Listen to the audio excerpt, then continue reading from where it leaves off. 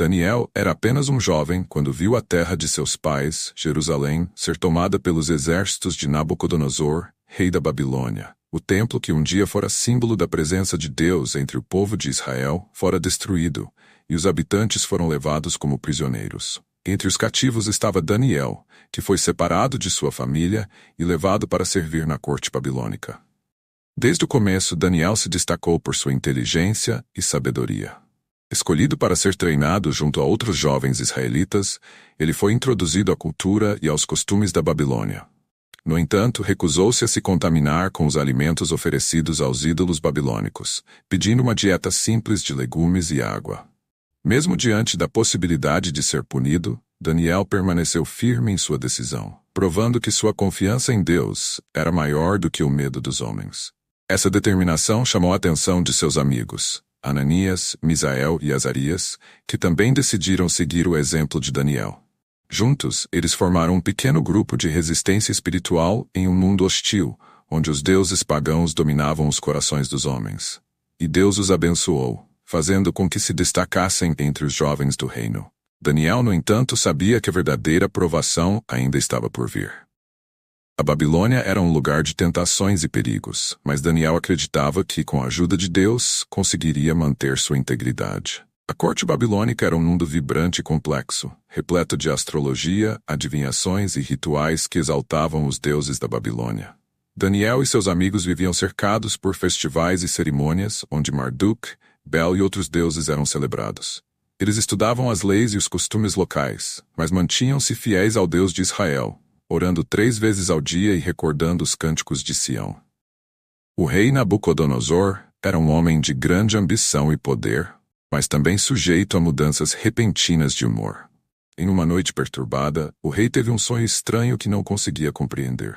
Ele convocou todos os sábios e magos do reino, mas nenhum deles conseguiu interpretar a visão do rei. Irado, Nabucodonosor decretou que todos os sábios seriam executados, incluindo Daniel e seus amigos.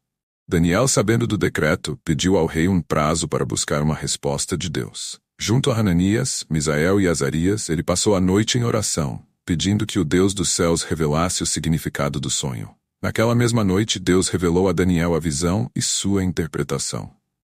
Ao ser trazido à presença do rei, Daniel revelou que o sonho era uma mensagem de Deus para Nabucodonosor, mostrando os reinos que viriam após a Babilônia e a soberania de Deus sobre toda a história humana. Impressionado, o rei reconheceu a sabedoria de Daniel e o elevou a uma posição de destaque, colocando-o como governador sobre a província da Babilônia. Com sua nova posição, Daniel se viu rodeado de inimigos na corte. Os magos e conselheiros da Babilônia sentiam inveja de sua ascensão e procuravam constantemente uma forma de derrubá-lo. Em meio a essas intrigas, Daniel continuava a orar ao seu Deus, fiel àquilo que aprendera desde a infância. Ele nunca se esqueceu do verdadeiro propósito de sua vida: ser uma testemunha do poder de Deus em meio à opressão. Os anos passaram e Nabucodonosor foi sucedido por Dário, o Medo. Apesar das mudanças políticas, Daniel manteve sua posição e prestígio, ganhando também a confiança de Dário. Mas isso despertou ainda mais a fúria de seus inimigos. Procurando uma forma de acusá-lo, os conselheiros do rei perceberam que não poderiam encontrar falha em Daniel, a menos que fosse em relação à sua fé. Foi então que tramaram um plano astuto. Convenceram Dário a emitir um decreto que proibia qualquer súplica a deuses ou homens que não fosse direcionada ao rei por 30 dias. A punição para quem violasse o decreto seria ser lançado na cova dos leões. Daniel, ao saber do decreto, não se intimidou. Como era seu costume, ele se ajoelhou em seu quarto, com as janelas abertas em direção a Jerusalém, e orou ao seu Deus. Os conselheiros espiaram e o denunciaram ao rei. Dário, apesar de admirar Daniel, se viu obrigado a cumprir o decreto que ele mesmo havia assinado.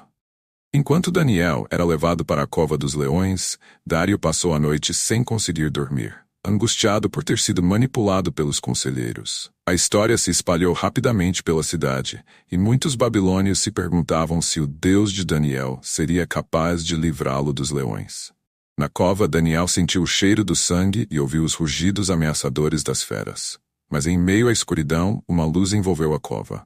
Daniel abriu os olhos e viu um anjo ao seu lado, que fechou a boca dos leões, impedindo que lhe fizessem mal.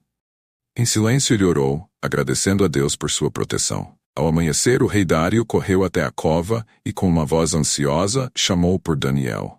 Ao ouvir a resposta tranquila de Daniel, Dário se maravilhou e ordenou que ele fosse retirado da cova.